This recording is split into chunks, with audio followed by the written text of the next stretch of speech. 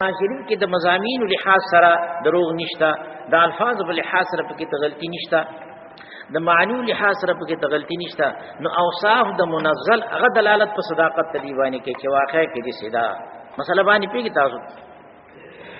او دا رنګ چې کوم خلق د دې اتباع باندې رنگ شي، د دې په دغه باندې رنگ باندې ځان رنگ کی د رښتینی خبره دار چې داغه نس شان جو سوال جوړيږي، الکه په دروژن کلام باندې څوک نه رنگ کیږي. یو غلط مضمون دې ته په عمل وکي، په غلط مضمون چې ته عمل وکړه خبر گمراه شي، بیکاره بشي. دا سی بو شرمېږي چې سوایم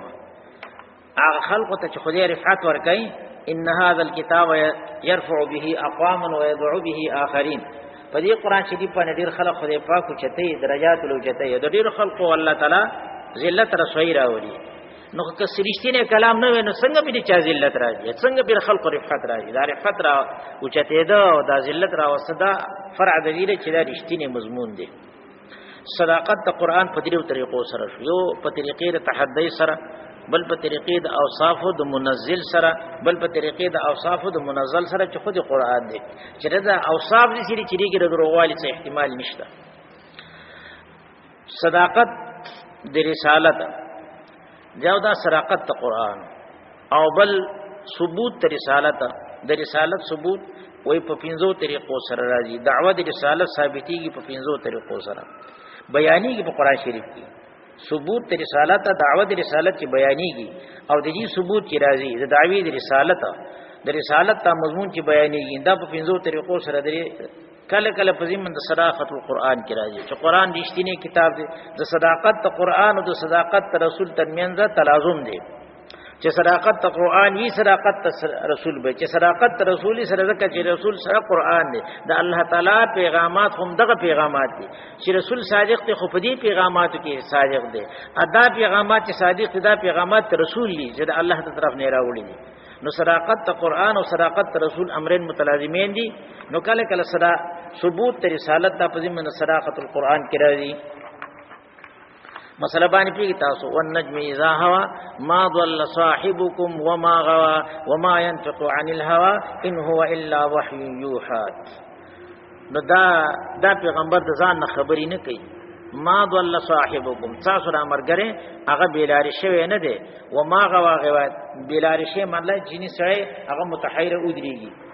ورشي هر شی ته نانګم بنگاش څه پته وته نه لګي، دی هغه شان سره نه دی. و ما غوا روایت دا چې یو لار نه صحیح لار نه، او دی هغه صحیح لار وګڼي هغه باندې رفتارو دي سم دی نه دی. چې یو لار صحیح نه غلط لار وي، او دی د غلطۍ د وجې نه هغه صحیح لار وګڼي، چې راوي صحیح لار خدا غره واقع کې هغه صحیح لار نه، خو دی صحیح لار وګڼي، دا سم دی نه دی. او ځینې سړی دی کپیجی را پیجی خو صد لالچ ته وجه د خپل خواهشاتو په بنیاد باندې په ولاره باندې رفتار کې خو ته معلومی چې را غلطه را. نو دا سیم دی نه دی. و ما ينطق عن الهوى، د خپل خواهشاتو خبرې دی نه کوي، چې نه پکې ته تحیر شته په دغه طریقې سره د الله نه غلطه کړي، نه پکې ته اسی چې غیر لار غیر سیده لار د سیده ګڼل لدا پکې ته هم نشته، د خپل خواهش په مطابق باندې هم نه چلیږي. نو معلومی کې دی چې کوم کلام پیش کوي ان هو الا وحی یوحى. صداقت رسول او صداقت قرآن دا یو ځای بیان شي. ګوردل کې امرین متلازمین دي. نو کله کله ثبوت ته رسالت راځي په صداقت قرآن سره، او کله په ضمن د اوصاف د رسول کې رسالت، ځکه چې د پیغمبر اوصاف سدي یا لکه د رسالت ثبوت خدغه راغل نه چې د احوال خو ته نظر وکم. ما ضل صاحبكم، صلیخ کاله د تاسو سره پاتې شي دي. صلیخ کاله په صلیخ تو کالو کې دی مشهور په الصادق الامین سره د چته دروغ نه دی ویلي. هغه حدیث کې چې راځي پیغمبر علیہ الصلوۃ والسلام چې دا آیات نازل چې انذر عشیرتک الاقربین، مسلم روایت ده. پیغمبر ته خپل نږدې ټبردارې او خپل نسب والا او يرو د خدای د عذاب نه، د شرک نه او يرو چې توحید قبول کړي. انذر پیغمبر علیہ السلام کوئی صفات او خود او आवाज یو کو عام او خاص ټول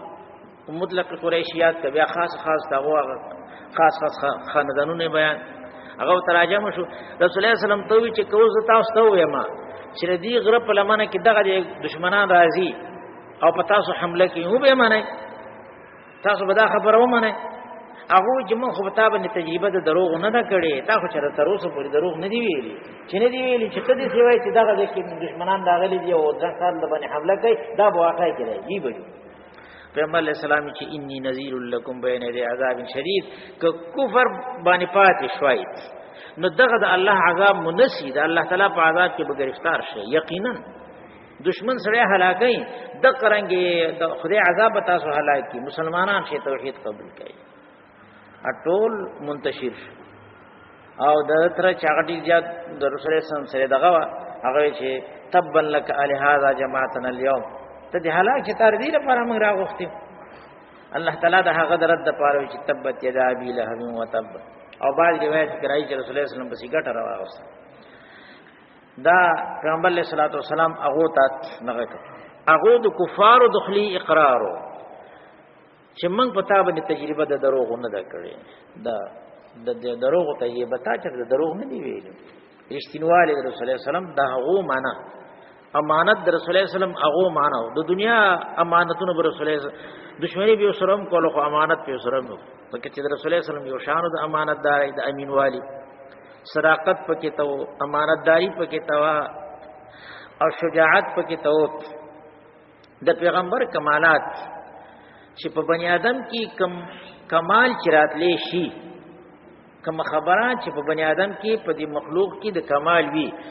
نو د هر پیغمبر شان داوي چې هغه په هغه کمال باندې بالکل مکمل وي، هغه په کتاب په طریقې د کمال سره موجود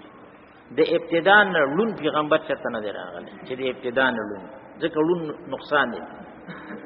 شرنګ بیکار دي پیغمبر چته نه راغلی، دا چې بوزدلی هغه پیغمبر نه راغلی، خاینی پیغمبر نه راغلی، دروغجنی هغه پیغمبر نه راغلی، ګډ شل پیغمبر نه راغلی. دا چې کوم جسمانی عیب وي یا د اخلاق لحاظ سره عیب وي نو هر پیغمبر د هغې نه پاک وي. د دې وجې نه په نساو کې پیغمبران نه راځي ځکه دونه اقتصاد العقل د پیغمبر په شان هوښیار بل څوک نه وي، رښتینی بل څوک نه وي. دا چې کوم د مخلوق چې څه کمالات دي نو هر پیغمبر کې بیا رسول الله صلی الله علیه وسلم چونکې چې افضل الرسل نو دا هغه کمالات په ټول کې زیات دي. امانتداری هر نمونه کمال چې په دې مخلوق کې راتلی شي، یو د الله کمالات دي هغه نه، یو چې د مخلوق کمالات دي. دا هر مرتبه کې به شی نازله حضرت عائشہ روایت ده چې موږ ته رسول الله صلی الله علیه وسلم د طرف نه امر ان ننزل الناس منازلهم چې موږ به هر سره خپل مرتبه لایقه کې نازلو. گر فرق مراتب نه کونی زندگی دي ته زندقات وایي چې د مراتب او تفریقه نه کوي. عام خلق د اولیاء سره برابر و، اولیاء کده ټول زمکه او د مختص مکه ټول اولیاء را جمع شي دي، ادنا صحابي مرتبه ته نشي رسیدي، کډی لوی لوی اولیاء وي لیکن هغه د صحابي مرتبه ته چیرې نشي رسیدي. که صحابه ټول لا جمع کین هغه د پیغمبر مرتبه ته نشي رسیدي، او که انبیاء علیهم السلام ټول لا جمع کین د الله د صفاتونو یو صفت هغه شان صفاتونه دوی کې نشته چې کوم د الله تعالی صفاتونه دي، کامل علم محیطه قدرت کامله سمع بصر حیات چې صد الله تعالی صفات کامل صفاتونه دي، هغه شان کامل صفاتونه په چا کې نشته. امام محمد بوصیری رحمت الله علیه رسول الله صلی الله علیه وسلم په مدح کې وغاټه قصیده لیکلې ده، قصیده بردا وته وي. هغه یو ځکه وایي چې داسې خبره مکوه چې کوم يهود او نصاراو چې خپل پیغمبر په باره کې کوله. يهود او نصاراو خپل پیغمبر ته بسوي وقالت اليهود عزير ابن الله وقالت النصارى المسيح ابن الله. حضرت عزير علیہ السلام ته چې کوم نو خدای بچي او چا حضرت عیسی علیہ السلام ته خدای بچي والعیاذ بالله ودغه خبره مکوه. او چا به حضرت عیسی علیہ السلام ته ثالث ثلاثه وي چې دا دریم خدای والعیاذ بالله. نو چې کوم خبره چې يهود نه سوال د خپل پیغمبر په اړه کې کړي هغه مکوه، انور بیا مدح کوا چې څومره دی وسره سي دا عمره مدح کوا. وانصب الى ذاته ما شئت من شرف وانصب الى قدره ما شئت من عظم فإن فضل رسول الله ليس له حد فيعرب عنه ناطق بفمه. الکه زما استخلی خو وړي دي موږ داغه په د خپل وړو خو باندې موږ د رسول الله صلی الله علیه وسلم حق ته مدح نشو ادا کولی ولیکن هغه مرتبه ته مرسوت انبیاء علیهم الصلاۃ والسلام ته الله تعالی لوی کمالات ورکړي دي لیکن د مخلوق په درجه کې لوی دي د ټول مخلوقات کې داغو کمالات یو د الله کمالات صفات هغه ته نو هر درجه کې خپل بهر تقدید دا ثبوت رسالت یو په صداقت ته قران په شکل کې راځي بل په ضمن اوصاف الرسول کې راځي و انک لعلى خلق عظیم الله تعالی جاوه په قران شریف کې د پیغمبر علیه السلام خو صفاتونه بیان کړي دي دوه طریقې شي ادرېمه طریقه په ضمن د اخبار ماضیو کې ذالک من انباء الغیب نوحیها الیک ما كنت تعلمها انت ولا قومك من قبل هذا او حضرت مریم په بارکه چې راځي چې ته خدا غو سره نه وي چې ایزر اقلامهم ايهم يكفل مریم آیات کې چې راځي کنه الله تعالی د مخکنی خلق او صحیح واقعي رښتینی واقعي بیانې پیغمبر علیه الصلوۃ والسلام ته اخبار صادقه د غیب نه د ماضی نه دا معلومیږي چې دا د الله د طرف نه دی ځکه چې دا د هغه چا کار دی چې هغه سره علم محیطه کلی وي او علم محیطه کلی دا صرف د الله جل شانه دی نو دا نمونه اخبار صادقه ماضیه معلومیږي چې د خدای تر طرف نه دا اخبار د طرف غلې دي او د الله طرف نه چې اخبار چا تر راځي هغه پیغمبري نو دا د پیغمبري ثبوت دی په ضمن د اخبارو ماضیو کې ذالک من انباء الغیب نوحیها الیک ودا اخبار د غیبی چې مونږه تا ته وحی کو نوحیها الیک نه چاته وحی راځي او د مامزا د بنی آدم خو بدی من علم نشي چې پورم ستیر شي دی هغه ورته ستیر شي دی هغه د موسی علی السلام په وخت کې الله جل شانه موسی علی السلام او د فرعون د نوح علیه السلام او د قوم د ابراهیم علیه السلام او دغه د عیسی علیه السلام او د قوم د سمود او دیانو دغه د عادیانو صالح علیه السلام هود علیہ السلام دا چې کوم انبیاء علیهم السلام صحیح رښتینی واقع رسول الله صلی الله علیه وسلم ته بیان کړی دي کني دي بیان کړل لیکن دا په څه طریقې سره دي خو ظاهر ده چې په طریقې د وحی سره دي رسول الله صلی الله علیه وسلم په دې زمانہ کې هغه ډیر مخکې تیر شوی دي او واقع رښتینی واقع د بیانېږي معلومیږي او په خپل الله تعالی نوحی هایله موږ دې ته بیانو ګوره جی په ضمن د اخبار ماضیو کې دغه رنګ په ضمن د اخبار مستقبلو کې صداقت رسول الله دی د سبانه ورځې د بلنې ورځې علم چا سره دی اس پته نه لګي لیکن پیغمبر علیہ الصلوۃ والسلام الله تعالی د حشر واقعي بیانې د عذاب د جهنم واقعي او بیانې د ثواب بیان او تکي چې د مؤمنانو د پردان مون ثواب دی دا سری او دا سری او دا سری او د کفارو د پردغه د سزاګانې دی حشر بداسي راځي د استقبالي امور په ضمن د امور مستقبلو کې دا بیانې صداقت رسول ثبوت رسالت بل فضمن معجزات معجزات سبحان الذي اسرى بعبده ليلا من المسجد الحرام الى المسجد الاقصى الذي باركنا حوله لنريه من آياتنا الک عجیب خبره ده چې د بیت الله شریف نه بیت المقدس ته چې د میاشت مزل بیا د بیت المقدس نه اسمانونو سفر دی چې د اسمان د زمکه ترمنځ 500 کارو مسافت لار ده بیا د یو اسمان د بل اسمانه پرم دغه شان ده په صحیحه د شپه کې لیلن کې تنکید د تقلیل لپاره دی په صحیحه د شپه کې الله پاک دا سیر په وکړ او بیا راوستلا او راتله یو طرف نه مشکل لی او بیا راتلهم او بیا هغه کو ته الله تعالی د خپل قدرت عجایبات ته مکار کړی دي ناشنا امور ته کار کړی دي ځکه چې د سفر غایم دغه ولی یو من آیاتنا دا پته ولګی چې اظهار د معجزات او د دلیل صداقت نو رسالت ثابتی کی په پنځو طریقو سره وای اظهار د معجزات یو او صداقت د قران دوا اوصاف رسول دري اخبار ماضیه څلور او اخبار مستقبله د پنځه مسله باندې پوهیږي دا قران شریف کې د رسالت بیان کیږي په دې طریقو سره کیږي د پنځو طریقو سره د توحید اثبات کیږي هغه په پنځو طریقو سره کیږي د توحید اثبات کیږي د توحید اثبات کیږي په پنځو طریقو سره کیږي یو تذکیر بآلاء الله بخدای احسانات الله تعالی شمار تذکیر بآلاء الله یعنی د الله تعالی خپل احسانات بیانې لکه ګورات یا ایها الناس اعبدوا یا ایها الناس اعبدوا دعوه دا اعبدوا مطلب وحدو خدای د خدای پاک یواله قبول کړي بس نور سم د الله تعالی سره شریک مگر راوي بل څوک سره شریک مگر یا ایها الناس اعبدوا دوسو په سیوای کنه جی اعبدوا ربکم الذي خلقکم د نشته کول د دنیا د عيش او عشرت د دنیا د مزي چې خلق راکې چې ژوندېنی نه هغه بس مزي چان د دنیا عہده به څنګه حاصل کی د دنیا چې څه نعمتونه دي د فرع د حیات ده دا په حقیقت کې د ټولو نعمتونو یو منبع دي اول سر د نعمتونو نه دي مگر حیات دنیوي یا ایها الناس اعبدوا ربکم الذی خلقکم بیا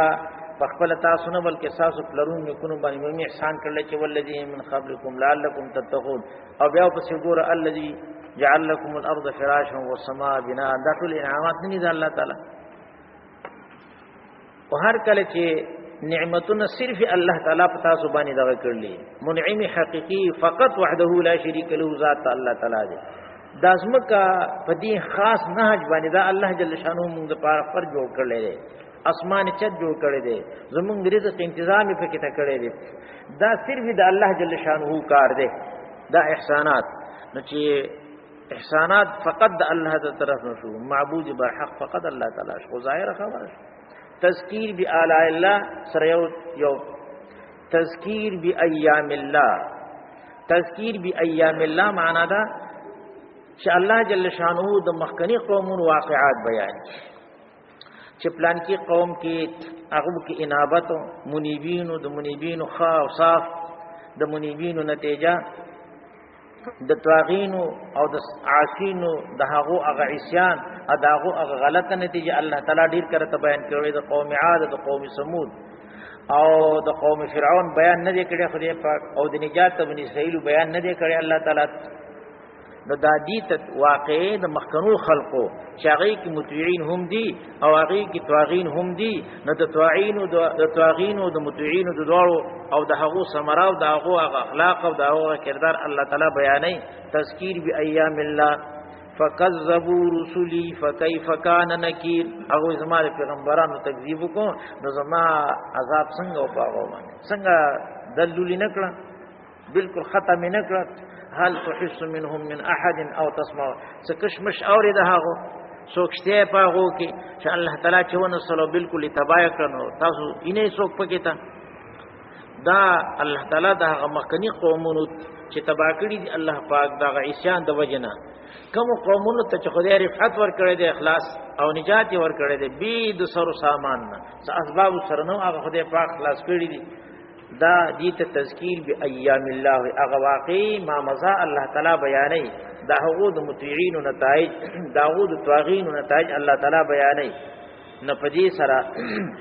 د الله یووالی صاحب دي چې خلاص کړو بیا لکه هغه چې الله تعالی ونه اصل چا خلاص کړو هیڅ چا خلاص نه معلومی کی چې الله وحده لا شریک له ذات ته چې څوک نسی نه هغه څوک نشي خلاصول او چې چاته فتح ورکړي چاته غلبه ورکړي چاته عزت ورکړي چاته نجات ورکړي هغه څوک هلاکول نشي دغه ذات واحد لا شریک له ذات نو توحید کله کله تصدق تذکیر بآلاء الله کی راځي کله تذکیر بایام الله کی راځي کله تذکیر بما بعد الموت کی راځي ما بعد الموت دا تذکرات ثلاثه دي تذکرات ثلاثه دي وان لم ينتهوا عما يقولون ليمسن الذين كفروا منهم عذاب شديد کدیو دې خپل خبرونه نه من کیږي نو بیا با ولو ترى اذ وقفوا على النار قالوا اليس هذا بالحق دا آیاتونه چراغل چې الله تعالی دوی جهنم نشته لا جنت ولا دوزخ نشته الله تعالی وی به جنت او دوزخ ته به ودروم چشته دې نشته چشته وس کې نشته اليس هذا بالحق ندغه وخت به دوی اقرار کوي چې حق الله تعالی تذکیر بما بعد الموت اغه احوال حشر احوال قیامت اغه دوزخ حالات عذاب بیانې دي ته تذکیر بما بعد الموت دغه رنګ د مؤمنانو د متوعینو د پاره دا الله جل شانه واحد لا شریک له ذات ته چې په دنیا کې څوک نشي څوک دې نشي خلاصوله او که آخرت کې چاته فتح ورکی آخرت کې چاته عزت ورکی نو داغه به عزتي څوک نشي کوله او که څوک نشي په آخرت کې نو څوک خلاصولې به نشي نو تذکیر تدیت تذکیرات ثلاثه وی تذکیر بی آلاء الله تذکیر بی ایام الله تذکیر بی ما بعد الموت مسله باندې پوي او دغه رنګه دغه چرازی د پزمن د تردید د عقاید باطلو کې څلورم د دیو عقاید باطله الله تعالی ذکر کوي او دغه تردید کوي وقالت اليهود عزير ابن الله وقالت النصارى المسيح ابن الله دا عقیده رجو غلط الله تعالی ذکر کا بیا فرمایي چې ذالک قولهم بافواج چټي خبره ده دخلی دلیل پیش کا کناله کا تاسو دلیل دی چې يهود وایي چې عزير ابن الله او نصارى وایي چې مسیح ابن الله دی دلیل په تاسو سره ذالک قول بیا الله تعالی د دې په مختلفو طریقو سره دی تردید کوي په مختلفو طریقو وایي سبحان متخذ صاحبتا ولا ولدا خدای پاک بچی نه دي نسله پاک ته الله بچی خو چې وي اخد جنس د والد نبی نو ذات تبارک تعالی خو واجب الوجود دی هغه محتاج نه دی دوه محتاج دی ارشیتا نو څنګه دا الله تعالی بچی شو ګوره جی الله تعالی کی احتیاج نشته اوس مسله دار د دې هغه کم غلطی خبره الله پاک پیش کړي او بیا الله تعالی پاک یې بنجرت کړي نو په زمن د تردید د عقاید باطلو د دیو کې د نقل عقاید باطلو بیا توحید الله تعالی کې چې او ما بالله عبد الله مخلصین له الدين بیا الله تعالی د دې بیان کوي نو د دیو هغه عقاید باطله چې هغه شرکی عقاید دي الله تعالی ذکر کوي ورد پکې او بیا اثبات توحید کوي نو د توحید لپاره یو طریقه تذکیر بی آلاء الله شو بل طریقه تذکیر بی ایام الله شو بل تذکیر بما بعد الموت شو او څلورمه طریقه تردید د عقاید باطله شو په زمن د تردید د عقاید باطله د دیو کې راځي او سپینځمه طریقه په زمن د وقایع د انبیاء قبلهم کې د پیغمبر علیه السلام کې چې کوم پیغمبران تیر شوي دي داغه وقایع الله تعالی ذکر چې هغه پیغمبر خپل امت ته پیش کړي و چې تاسو د الله عبادت وکئ او د بل چا عبادت ما لکم من اله غیر الله د الله تعالی نه ما سوا بل خدای تاسو نشته هغه تکذیب کو الله یما ونصر ولقد ارسلنا الى ثمود اخاهم صالحا قال يا قوم اعبدوا الله ما لكم من اله او توحید مسله پیش کړی دا وتا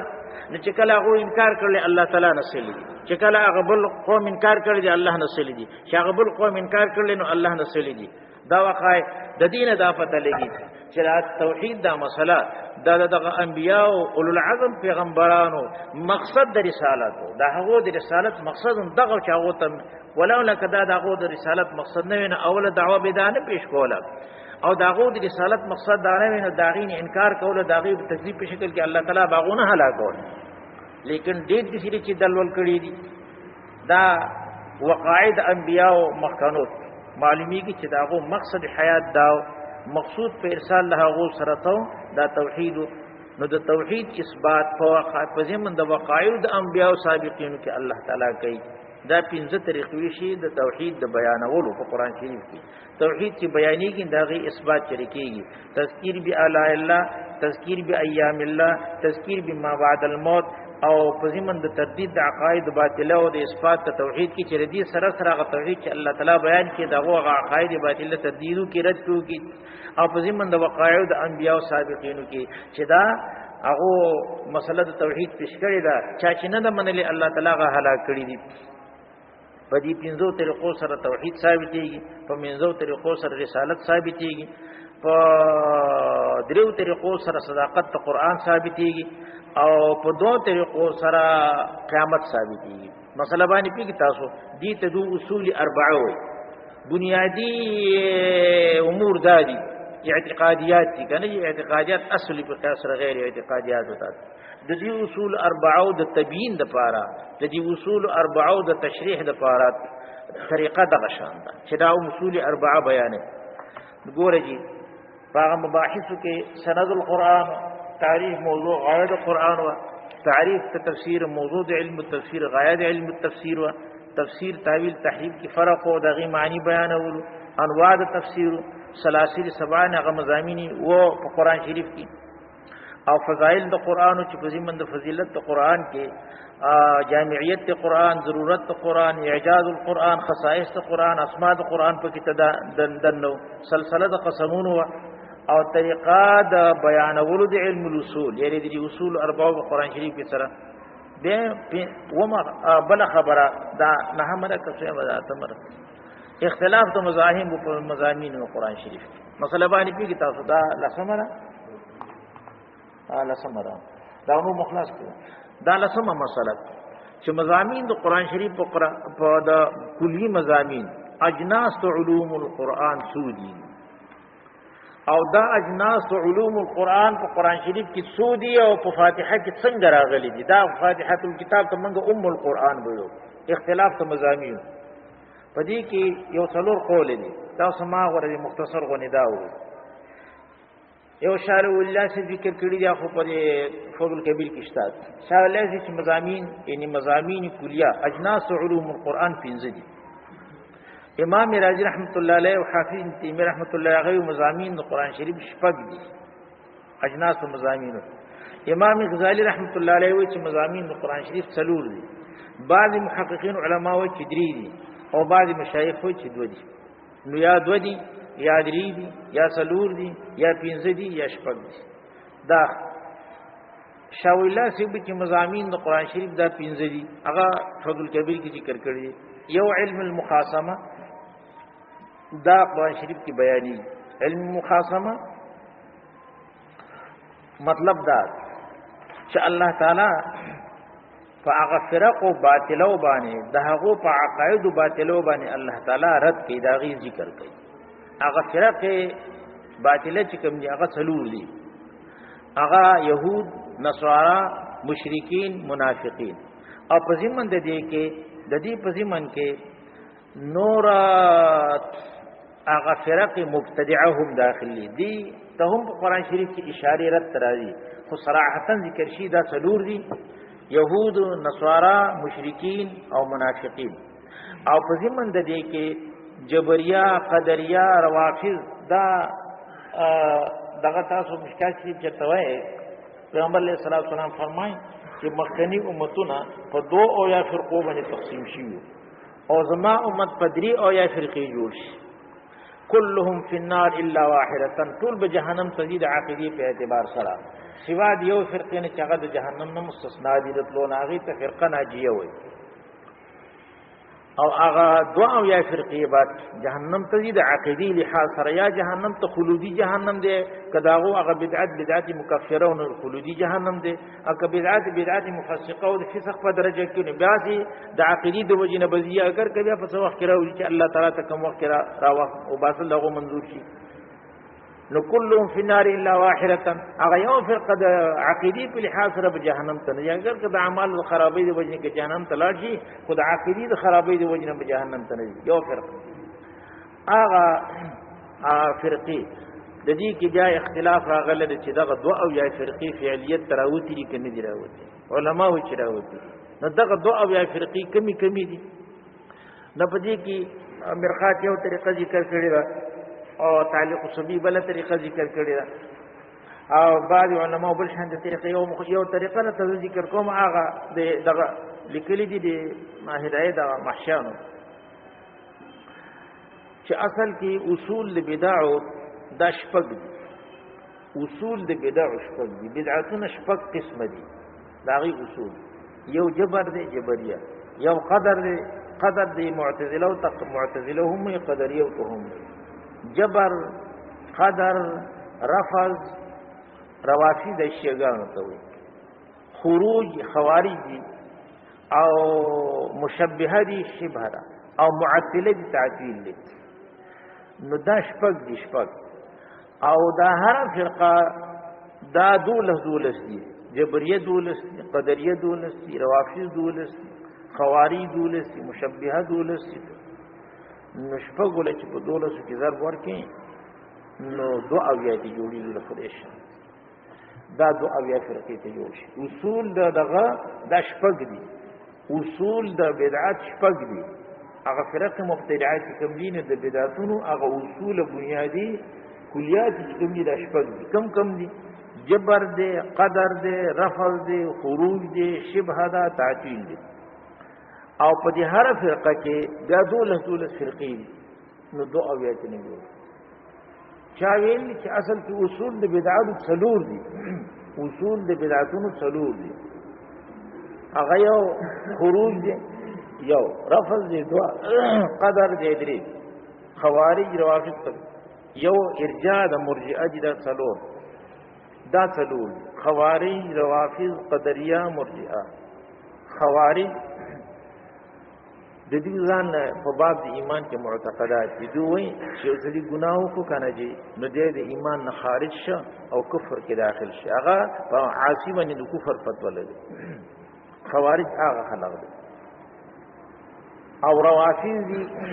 دا شیعگان هغه حرب علی کرم الله وجهه ته بعض خلق دي چې هغه ته ولایت بالله پیغمبر وي، څوک ورته خدای وي. او دا هغه خلق دي چې دوی په تحریف ته قران باندې قائل دي. شوی پیغمبر علیہ الصلوۃ والسلام سپټ پری خیر اهل بیت لپاره ټول نه ښکارا کړي. دا داغو ځان نشانه عقیدی. نو یو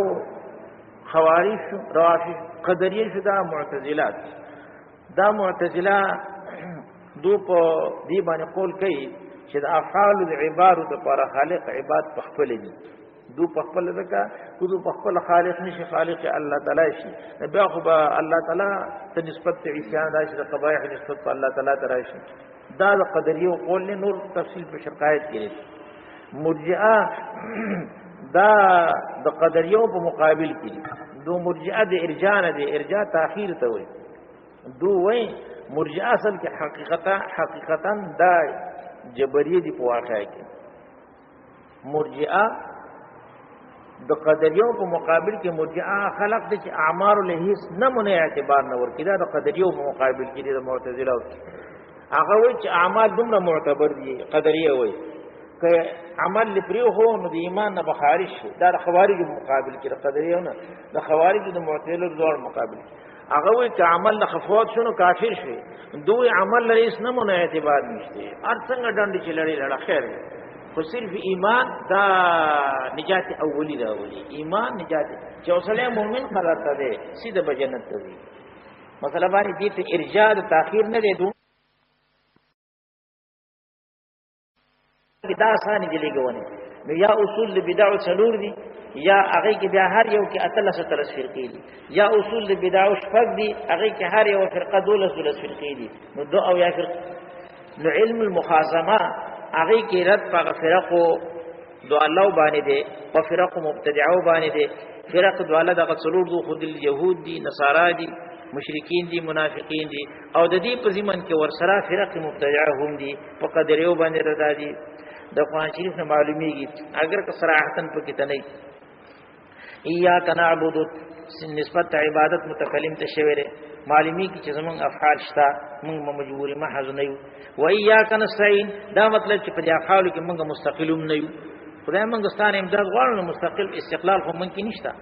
وما تشاءون الا ان يشاء الله رب العالمين. زمون مشیت اراده شته مجبور خو نه یو. او بیا لیکن چونکه مشیت زمون تابع دي مشیت ته الله تعالی دي نه زمون د مشیت اراده مستقلوم نه ده. نو قدریوم نه، نه قدریو نه جبریو. مثلا باندې کوئی تاسو دا په قرآن شریف کې ډیر زین نه دا رب هغه باندې حاصلې. يهود نصارا باندې راځي، مشرکین باندې راځي، په منافقین باندې راځي، په دغه فرقو مبتدعو باندې راځي. نو وې دغه لیکلي شاسب شددي ذمہ د متکلم سره د علماء د علم کلام دي د هغه په ذمہ باندې منوط علی ذمه المتکلمین. ځکه دا د هغه حق دی فریضه ده هغه چې هغه بدا کار کوي. فرقو مبتدعو باندې رد کول او د هغه عقاید باطله بیانول دا د هغه فریضه ده. یو علم المخاصمه ده او بل علم الاحکام ده. علم الاحکام خو ظاهر ده چې هغه واجب ده، مندوب ده، سنت ده، حرام ده، مکروه ده، د دې احکام بیانول. او دا احکام خواچ په عباداتو کې، خواک په معاملاتو کې وي، خواک هغه د قبيلي د تهذیب الاخلاق نه، هغه د قبيلي تدبیر المنزل نه، هغه د قبيلي د سیاست المدینه نه. یو د سړی اصلاح د خپل ځان نه بس. نو کوم علم چې داغینه بحث کې هغه ته تهذیب الاخلاق وي. او کله جماعت پورې متعلق احکام، لیکن جماعت کور جماعت کور کې دنه خزه د خاون سره څنګه معامله کوي، خاون به د خزه سره څنګه معامله کوي، زیب د پلار سره څنګه معامله کوي، په دې کې د حل د حرمت او د دې احوال بیانول دې ته دو حکمت تدبیر المنزل وایي. او کچته د دې جماعت احوال پکې چې هغه کلی کې شریکو، خاریه کې شریکو، په ملک کې شریکو، کلیوال به د یو بل سره څنګه معامله تیری ژوند به تیری، خاري خلق په یو بل سره څنګه ژوند تیری، د ټول مملکت د ټول علاقې خلق په څنګه چې چل بکې. دا دې ته سیاست المدینه مسله باندې پیږي تاسو. او د دې متعلق احکام واجب شو، فرض شو، حرام شو، مکروه شو، مباح شو، په عباداتو کې، په معاملاتو کې وي، کده قبيلي تهذیب الاخلاق نه وي، کده قبيلي تدبیر المنزل نه وي، کده قبيلي سیاست المدین نه وي. د دې نه بحث کېږي، دې ته علم الاحکام وي. د دې ذمہ علی ذمه د دې دارومدار علی ذمه الفقيه د فقها د دې نه بحث کوي. مسله باندې پیږي تاسو هغه د دې بحث کوي، د طلاق ذکر کوي، د نکاح ذکر کوي، او د فلان کی ذکر کوي، د بادشاہ او د رعیت احکام بیانې دته مسله باندې پیږي، سیر غزوات دا ټول بیانې. یو علم المخاصمه ده، دیم علم الاحکام ده، دریم تذکرات ثلاثه، تذکرات ثلاثه، تذکیر بآلاء الله متوقع و تذکیر بأیام الله، او تذکیر دا تذکرات ثلاثه. نو د خدای شان د پنځه نه جوړ شو که جوړ نشو. کله کله الله تعالی چې بیانې نو خپل احسانات بیانې، کله کله الله تعالی بیانې نو خپل د مخکنی واقعي چې کوم د خلقو سره معاملې کړي هغه وقایع خپل بیانې، او کله کله تذکیر بما بعد الموت کې حشر نشر ثواب عقاب دا بیانې. تذکیرات ثلاثه او علم المخاصمه، علم الاحکام. د علم المخاصمه د ذمہ داری دا د متکلمینو ده، او د عالم د علم متکلم ده. د علم الاحکام ذمہ داری دا د فقيه ده، او د درې تذکرات دا منوط علی ذمه الواعظ چې څوک بیانې واعظ کوي او بیانول احکام کوي کې برادر تذکرات کوي. تذکیر بآلاء الله، تذکیر بأیام الله، تذکیر بما بعد الموت. اوس په قران شریف کې دا 15 انواع دي. لکه علم المخاصمه په قران شریف کې مفصل ذکر شوی ده. د يهود او نصارا عقاید الله تعالی بیان کړی دي، د منافقانو بیان کړی دي، د مشرکینو بیان کړی دي، تردیدی په کړلې ځای په ځای باندې احکام بیان کړی دي، تذکیر به اعلی. لیکن دا په فاتحه الکتاب کې اجمالا راغلي دي، په فاتحه الکتاب کې اجمالا راغلي دي. مثلا الحمدلله رب العالمین، الحمدلله. بعض خلق د الله د وجود نه منکر دي، ناغو باندې قدرت حاصل شي الله تعالی موصوف په کامل صفاتونو سره ده، نو چې موصوف ته خوشتا کنه دي دهریان لوانو لزول، دهریان والو زول، او محامد ټول په الله تعالی پورې خاص دي. نو چې الله تعالی محامد په الله تعالی پورې خاص نو وحده لا شریک له معبود فقط دی شو. بیا هم دعوه الله تعالی مشرکین منجرت حاصل شو. او کمالات چې په کې ته نقصان په کې ته نشته، چې بچي ول ثابت شي به نقصان جوړ شي، احتیاج به راشي. بچي خود ځان نه پیدا کی، بچي به بل مرګره بغواړي، مرګره بغواړي. چې مرګره نه تاسو سره نو څنګه بچي کني نه ماخام د ساره پورې تزور مروکه کته بچي د پیدا شي. بچي خو مرګره غواړي کنه غواړي، په دې مرګري نه چرته بچي پیدا کی شي، احتیاج وی احتیاج. الله تعالی شان د سمدیت ته سمد دی بی نیاز لري. مثلا باندې پیږي تاسو مرګري ته ضرورت نشته. بل چې بچی خو چې راځي هغه د پلار د جنس نه کړه، پلار د جنس نه خلاف هغه ته نقصان ویل کی، د بنی آدم نه خر پیدا کیږي چرته.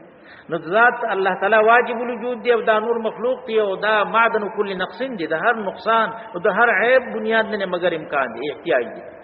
او الله تعالی ذات واجب الوجود دی، او وجوب الوجود دا معدن کل کمال دی، هغه کامل بالذات ہے، او دا نور ناقص دی. چرته بدی کی مجانست راځي. مثلا باندې پوي او والد مولود کی مجانست پکړي، ولم یکل له کفوا احد. الله تعالی کفو نشته. الک د دې فرق د يهودهم، د نصاراهم، د مشرکینهم او د منافقانهم، د دې ټولو تدید قرآن شریف ته مفصل لري، لیکن فالحمدلله کې اجمالا راغی. بیا په سی وایا د غرنګ چې الله تعالی موصوف په ټولو کمالات سره، او فقط الله د پر کمالات دي. مجوسی د لوالو رزق چې هغه دوه خالق حساب یو یزدان دي، خالق یو خيور دي بل شرور دي. او د غرنګ په جبريو قدر یو باندې یا کنا عبدو یا کنا سعید مرتوي. يهود نصارا ته اشاره په مغضوب علیهم ولضالین کی اشاره او تفصیلا راځي مسله باندې پوي اوس دا مسله او تذکیرات خو خود راغلي تذکیر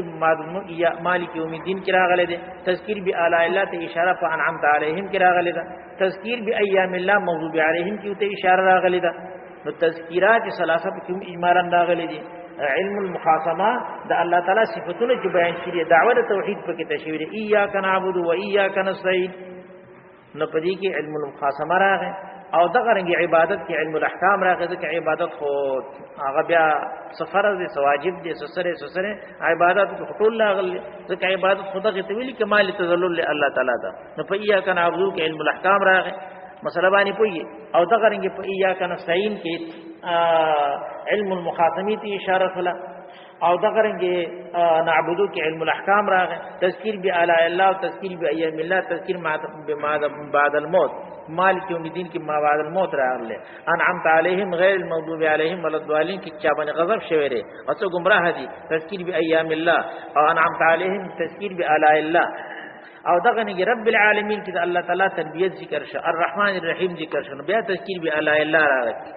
او د الله تعالی کامل صفاتونه په کې تراغلي توحید فی الحمد راغله توحید فی الاستعانت راغله توحید فی العبادت راغله مشرکین اللوال زول او په دې ځای په ځای باندې په قدریو جبریو باندې رات اشاره حاصله شوه په دهریو باندې رات اشاره حاصله شوه په مجوس باندې رات اشاره حاصله شوه خبره باندې پوي اوس په دې فاتحه الکتاب کې دا اجمالا راغلي دي او رسو بیا تفصیلا بیانېږي واقعي کې د يهودو د نصارو غنده عقیده الله تعالی مفصلا بیان کړی دي د منافقانو تفصیلی کړی دي او زه په دې قرآن شریف د آیاتونو نه اغرب په دې فرق مبتدعو باندې معلومیږي نو الک علم المخاصمه علم الاحکام او تذکیرات ثلاثات دا په فاتحه الكتاب کې اجمالا د ازین خود ته معلوم شي چې دغه ځین کې ته اشاره راغلی ده او په قران شریف کې تفصیلا ورسره بیان شي شاء الله چې وایي چې علوم اجناس علوم قرانیو پنځه دي علم المخاصمه علم الاحکام په علم المخاصمه باندې پوښی تاسو شاغي کې د هغه فرق او دعالو اربعو رد کیږي هغه اربعه فرق دي او د رسول علماء وایي چې هغه فرق 40 ما سوا فرق مبتدعو باندې هم رد دي دا هم په علم المخاصمه کې داخل دي دا د دې ذمہ وي د علم کلام والا ده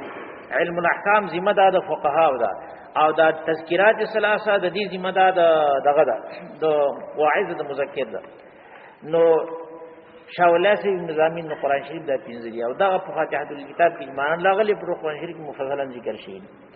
امام رازی رحمت الله علیه او حافظ ابن تیمیه رحمت الله علیه مضامین اجناس او مضامین قرآنیه او د شپږ دي اصل کې هغه وایي چې د قرآن شریف اصل کې 15 حصے دي څلور حصے دي او هر حصہ هغه د حمد نشورو شوی ده نو اوله حصہ د قرآن شریف چې د الحمدلله نشورو شوی ده د سوره انعام پورې هغه سوره انعام کې شروع شوی په بیا په الحمدلله سره شروع شوی بل الحمدلله سوره انعام د سوره کهف پورې دي دیمه حصہ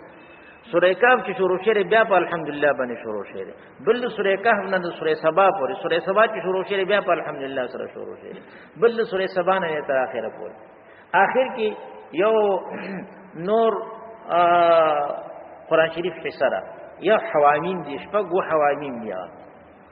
په دې حوامیم کې هغه وي دوه حصے دي یو سوره زمر دي چې اول حوامیم دي یو ما سوا د سوره زمر نه نور حوامیم دي نو په دې اعتبار سره د قرآن شریف حصہ چراله شپږ جوړ شو یو د سوره فاتحه نه ته سوره انعام پورې بل سوره انعام نه سوره کهف پورې بل سوره کهف نه سوره سبا پورې بل سوره سبا نه تر اخره پورې بل حوامیم دي حوامیم کې یو اول حامیم سوره زمر دی او بل هغه نرسو نور حوامیم دي په حقیقت کې دا شپږ حصے نشپږ حصے شي نشپږ مضمون په کې ته تفصیلا بیانېږي او تفصیل هغه دا ذکر کړل چې د فاتحه الکتاب نه دغه پورې د سوره انعام پورې په دې کې بیان د علت موجوده دی بیان د خالقیت د الله تعالی دی چې خالق فقط الله وحده لا شریک له بل څوک خالق نشته چې بل څوک خالق نشته نو معبود پر حق بل څوک نشته ځکه چې معبود خو هغه پکار وي چې هغه کې قدرت کامله وي د نشته کول کولې شي د نشته کول چې خاص الله تعالی کار شو نو معبود پر حق صرف الله تعالی شو بس بیان د علت موجوده او په الحمدلله کې دې ته اشاره راغلی ده. الحمدلله الله خو عالمی شخص دی الله تعالی لپاره، لیکن ډیر کرتا دوی چې لفظ ذکر شي علم او مراد نه وصف مشهور وي ده هغه، لکه ډیر کرتا حاتم ذکر شي، حاتم خو یو سړی نوم، لیکن ډیر کرتا حاتم ذکر شي مراد نه جواز وي. د آیت حاتما اليوم نن ورځ می حاتم ویل، هر حاتم خو ډیر خو تیر شوی دی، یعنی یو سخی سړی ویل چې حاتم په شان دی. نو ډیر کرتا ذکر د عالم کېږي امرات نه وصف مشهور وي، نو ذکر د الله شه امرات نه خالق شه، ځکه چې د اولوہیت دار و مدار په خلق باندې دی، په قدرت کامله باندې دی چې نشته کولای شي. نو الحمدلله یعنی الحمدلله خالق هغه ذات چې هغه دومره زبردست ذات ته، دومره لوی قدرت ته چې شی د نشته کوي. اذا اراد شیئا یقول له کن فیکون، هغه دې ذات نه، هغه دې ذات ته چې شی نشي هغه شته کی، هغه ذات چې خالق دی. الحمدلله خالق اوست سلطان هر چی خواهد آنکند، عالمی را دردمی ویران کند. دا غی و عظیم شان قدرت دی، زبردست قدرت دی. دا علت موجوده او د سوره انعام پوری دا، او د سوره انعام نه د سوره کهف پوری هغه په الحمد باندې شروع شوی دا. هغه کې بیان د علت مبقیه دی، بیان د علت مبقیه دی. الله تعالی د تربیت بیان کوي چې زه تاسو تربیت کوم، دا مې ته پیدا کړلی، دا مې ته پیدا کړلی، دا مې ته پیدا کړلی، دا مې ته پیدا کړی. نو اول د نشته کولی، نو دا اولا ایجاد دی په دنیا کې. عادتیم چې موجود میکړی نه به پالمم تاسو، بیا له بقا صدر کوم، بیا الله تعالی موږ له بقا راکړي. که الله تعالی موږ ته بقا نه راکړي نو موږ خو ډېر څیزونو ته محتاج یو. مثلا باندې پوهېږي تاسو رزق ته محتاج یو، روټۍ ته محتاج یو، ځای ته محتاج یو. دا اسباب د بقا د معیشت الله تعالی موږ ته نه دي مهیا کړي، دا الله تعالی مهیا کړي. نو اول کې بیان د علت موجوده، په دې دویم کې بیان د علت مبقیه چې هغه تربیت ته، په دې کې رب العالمین کې هغه ته اشاره راغله.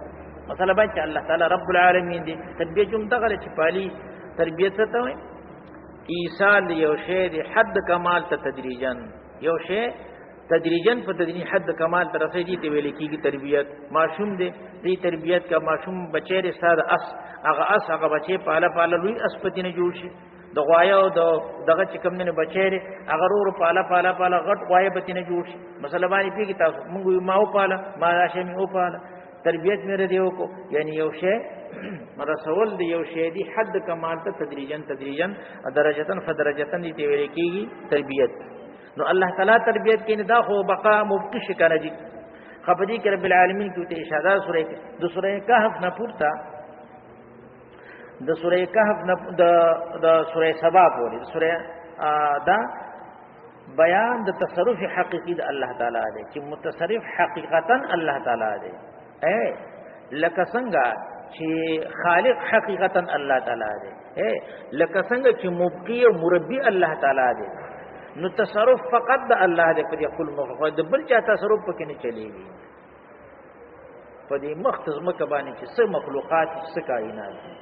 د الله چې حکم ورسره تللی دی، چا حکم نه چلیږي. ان الحكم الا لله، صرف د الله لپاره حکم دی. الا له الخلق، له تقدیم ما حق او تاخير مفید حصر، له الخلق والامر، خلق پیدایش شو، امر چلول شو. الله د پاره دی فقط پیدایش شو، پیدنیش نشته کول دا د الله کار دی، او تصرف کول چلول د دې دام فقط د الله کار دی، بس د بل چا کار نه دی. دا چې څه اشیاء مسلې مخې راځي د دې مخکې الله تعالی پروګرام جوړ کړل باقاعده. حدیث شریف کې حدیث مشکات روایت دی چې الله تعالی لیکل دی تقدیر د ټولو اشیاء مخکې د اسمان او د ځمکې د پیدایش نه 50,000 کاله مخکې الله تعالی د ټولو اشیاء تقدیر لیکل دی چې څه اشیاء فعلیت راوځي کائناتو کې، غم راځي، خوشحالي راځي، مرګ راځي، ژوندون راځي، عزت راځي، ذلت راځي. دا الله تعالی د اسمان د ځمکې د پیدایش نه مخکې او 50,000 کاله مخکې الله تعالی دا طے کړي دا خبره تقدیر درې شوی دی. جف القلم ایمان تلاقین به، د کوم شي سره چې سم ملاقات راځي دا غي منمه کې قلم د تقدیر و شوی دی. دا د الله تصرف دی، بس صرف الله تعالی یو خبره مقرر کړي هغه مخې راځي بس.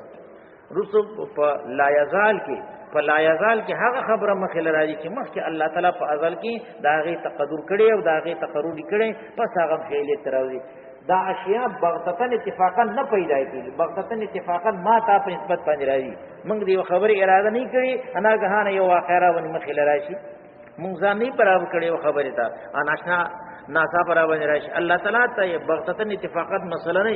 هر شی الله تعالی دا غي پروګرام مخکې کړی دی او په دې د قیامت ورځې پورې چې څه اشیاء فعلیت راوي دا د الله د حکم ما تحت راځي او دا غي تقدیر مخکې راغلی. یا لکه متصرف حقیقی صرف یو ذات الله پاک. نو په سورۃ کهف نه رسو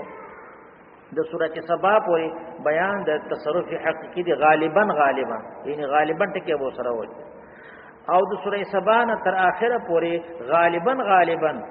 بیان د مالکیت حقیقی او د انحصار دی په الله تعالی پورې چې مالک حقیقی الله تعالی دی، د هر شي مالک الله تعالی. اسمان نه کزمکه دا مخلوقات چې سدي که احکام دي که اعراض دي جواهر دي ټول حقیقتا مالک الله دی پاره. دا مالکیت حقیقی او دغه رنګ انحصار د مالکیت حقیقی دا دی کې راغلی. نو علت موجوده لله کې راغی الحمدلله کې، علت مبقیه دا پر رب العالمین کې راغی. دغه رنګ تصرف هم پر رب العالمین او پر الرحمن الرحیم کې راغی چې الله تعالی متصرف حقیقتا دی. شابن احسانات ورای چې مداومت احساناتو کې غرق نعمتونو واړه نعمتونو تربیت کوي. په دې رب العالمین کې دوه خبرې راغلي،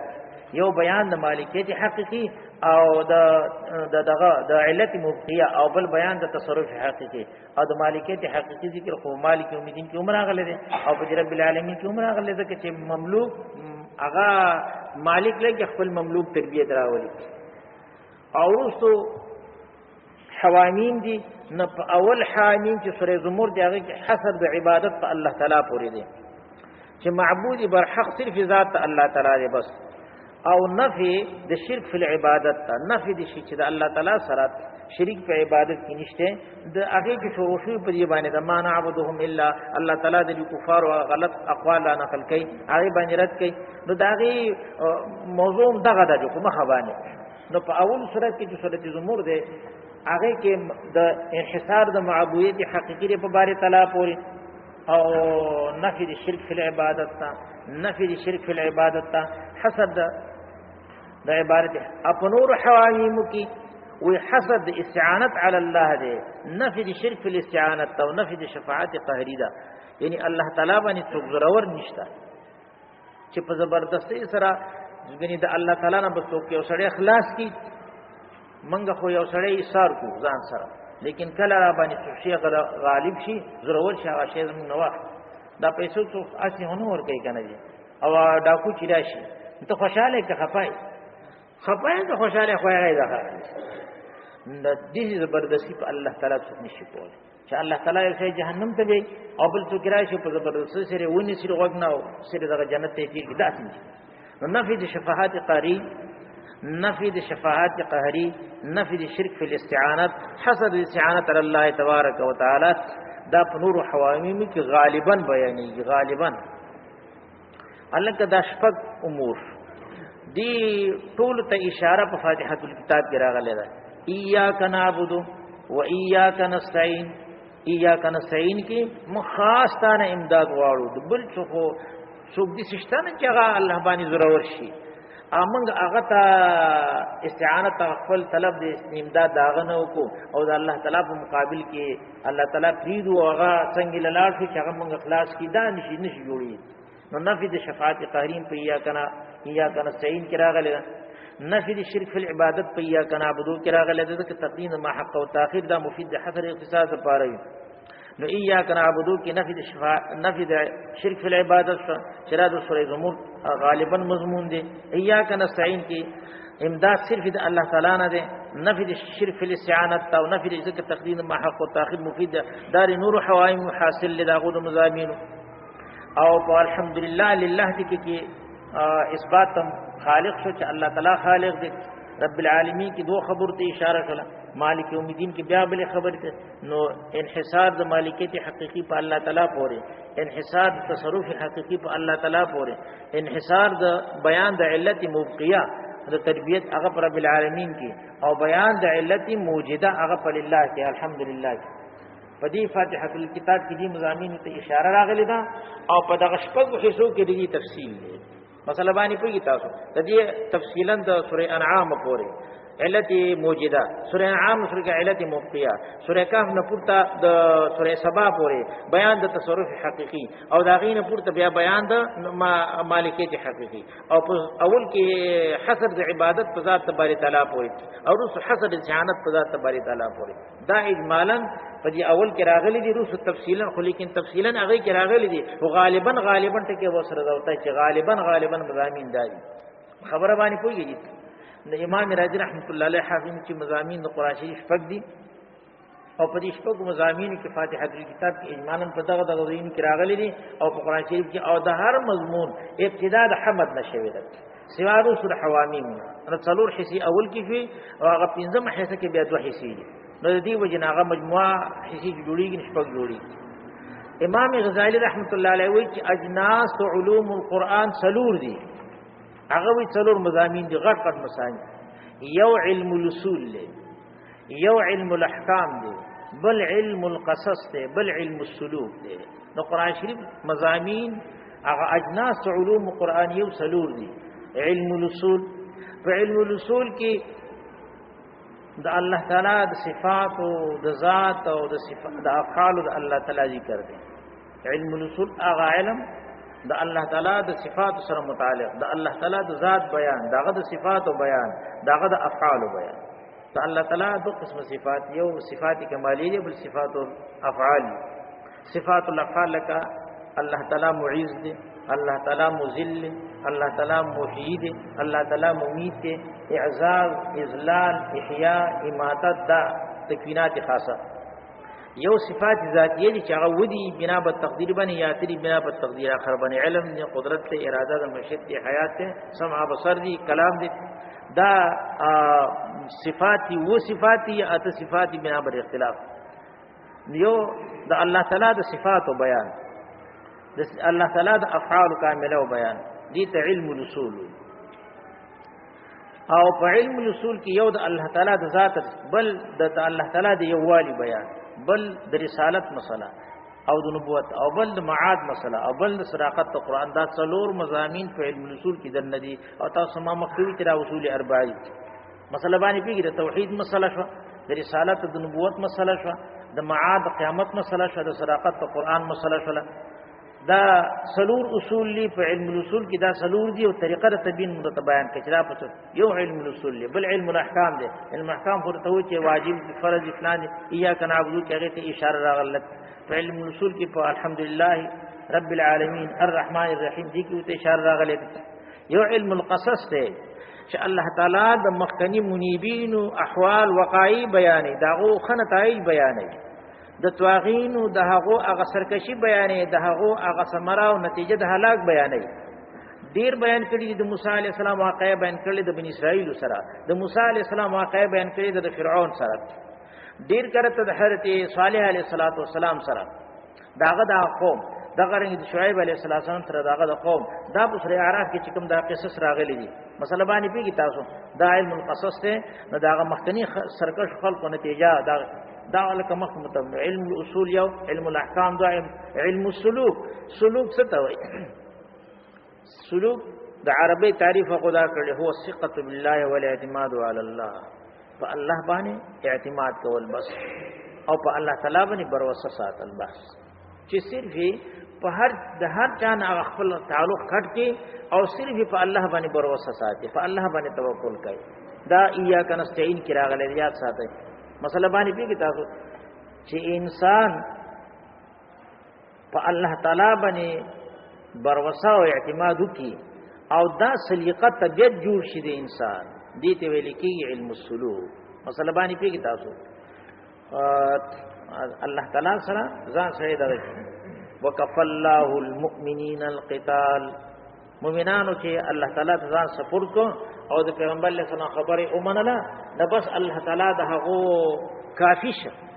د کفارو د قتال نو ته الله تعالی کافی شه ختم کا کفار ختم کړ په غزوه احزاب کې پیغمبر علیه السلام د مؤمنانو په مدینه منوره کې نو 3000 کسانو آی کې خو څوک رښتینی او مؤمنان په کتاب منافقان خو په کې رښتینی هم نو او بل طرف ته 10,000 کسان قبایل لا جمع شو احزاب تذکر و چې دي مختلف قبایل لا جمع شو او د مدینه منورې د خار نه احاطه کړي به محاصره کړي او مقصد دا چې موږ دا اهل مدینه او رسول الله صلی الله علیه وسلم بالکل دا نس نابود کو استیصال نو پیغمبر علیه الصلاۃ والسلام کو ظاهری تدابیر مستعمل او ظاهری تدبیر دا مستعمل کړ چې خندق یو کانس په کوم ځای کې چې هغه د حمله د کولو په خواني جنگونو خدغه شان جنگونو نو وسنی جنگونو بشان مخامخ خبره دا خندقونو کې هغه فورن راتلې نو چې کوم کې غټه غټه کاندي هغه ډیر کسان خو یو قسم دا غي دفاع فی الجمله کولې شي او دا غین تقریبا دیوی میاشتې پورې محاصره او مینا په یو میاشت تقریبا دا هغه وخت کې ځکه چې مدینه منوره ته په خودبار تجارتی قافلې راتلې نو هغه تجارتی قافلې هم ختم شي مؤمنانو کې به انتها د غراغله تکلیف راغله وزلزلوا زلزالا شديدا وخوجر قوله شو دا سی په مشکلاتو کې په پریشانو کې دا شي سوایا دغه شان حالت کې نو الله تعالی سره بیا چې چلو کو الله تعالی غیبی امداد مؤمنانو هغه ځان الله تعالی ته حواله کړو نو غیبی امداد کو باج راوس په کفار په خیمو باندې او فرشتي راولېږي ناغو کې بوزدلی پیدا کړ وی تخته گذر دراغی زر په مخه تخته ال شاه وسی زر دی بس الله تعالی غیبی کار وکړ با غیبی کار په بنیاد باندې هغه و تخته ده خود به خود لاړ په مخه باندې لاړ دا الله تعالی باندې د بروسی او الله تعالی باندې د اعتماد په تکیا کول په الله تعالی باندې دا غیدا اثر ده علم السلوک دی ته وای چې په انسان کې په الله تعالی باندې د اعتماد د بروسی کول سلیقه او طبيعت جوړ شي ادا قرآن شریف کی جا بجا ذکر دی ایاک نعبد و ایاک نستعین خدای خاص تانا مدد غواړو باس بل څوک به چاله وڅ مدد ورکړي بل څوک به مدد ورکړي که څوک مدد ورکړي او علماء و چې دا مثال د نلکی د وبودي د نلکی نه چې موږ د اوبره دا نلکه موږ لرا کوي د نلکی نه چې موږ د اوبره باسو دا ټوټه چې کولاو کو دا نلکه موږ له اوبره کې دا د بل ځای نه چت راغلی دا اوبه د بل ځای نه راغلی مخزن بل له حوض بل ځای کې خو دا نلکه یو لار ده د چا په واسطه سره امداد د قشند نلکی وبدي حقیقتا کې مخزن بل له امداد بل څوک د سره خو دومره د چکله کله په خپلو کې کله د چا په واسطه سره وکي دا الله تعالی ته چې ځان اوسپاره اعتماد پر فقط په الله تعالی باندې کوي نو بس مسله به دغه شي او کله ګونی کار دی دا کله ګونی کار دی خراب کله ګونی کار اذ اعجبتكم كثرتكم فلم تغن عنكم شيئا وضاقت عليكم غزوه حنین کې دا خو مخکې غزوه احزاب غزوه حنین کې د مکی مکرمه د فتح نه متصل دا بیا شوی دا ال کې د بعض خلکو دخلون دار او خاطه چې مخکې به موږ خو تقریبا زر کسان او پټول کو اوس خو تقریبا 30,000 فوج د رسول الله سلام سره دا موږ تسنس کو کا دا موږ تسنس ها خدای پاک چې خدای نقشه تاسو ډیر کسان بچلا حوازین قبيله و داغو خو دې به انتهای وشتون چې خلقو هغه ته چې مخامخ شو مسله باندې پیږي تاسو نو دغه خو فکر مخ کې بدل شي ولګونی بس هغه چې په وشتل شروع کړي دوه منتشر شو هغه میدان جنگ نه پریو صرف یو رسول الله سلام هغه په میدان جنگ کې ولاړ او دباوي کو نبی رسول الله سلام आवाज کو چې یا اهل الشجره هغه بیعت چې تاسو زما سره کړل څه شوی او انصار ته چا کړ بچ رسول الله صلی الله علیه وسلم आवाज یو چلاو بس هغه راجم چې راجم شو الله تعالی فرشتیم دغه پار راولېګل بس بیا فورن هغه مغلوب کړ هغه چې کوم مال غنیمت هغه راوړ هغه ټول مسلمانانو خلاص کړه اصل کې خبره دا چې لګونی اعتماد اخو شان والا خلق لګونی معمولی خبره به داغه د غریب خبره مثلا باندې پوری چې لګونی دا فلم تغني عنكم شيئا وضاقت عليكم الارض بما رحبت ثم وليتم مدبرين ثم انزل الله سكينته على رسوله دا الله تعالی بجنود لم ترها تایید دی وګ معمولی غنی کار خراب شي کنه لږ غنی کار خراب شي نو الله کې الله تعالی خپل امداد واپس کیږي.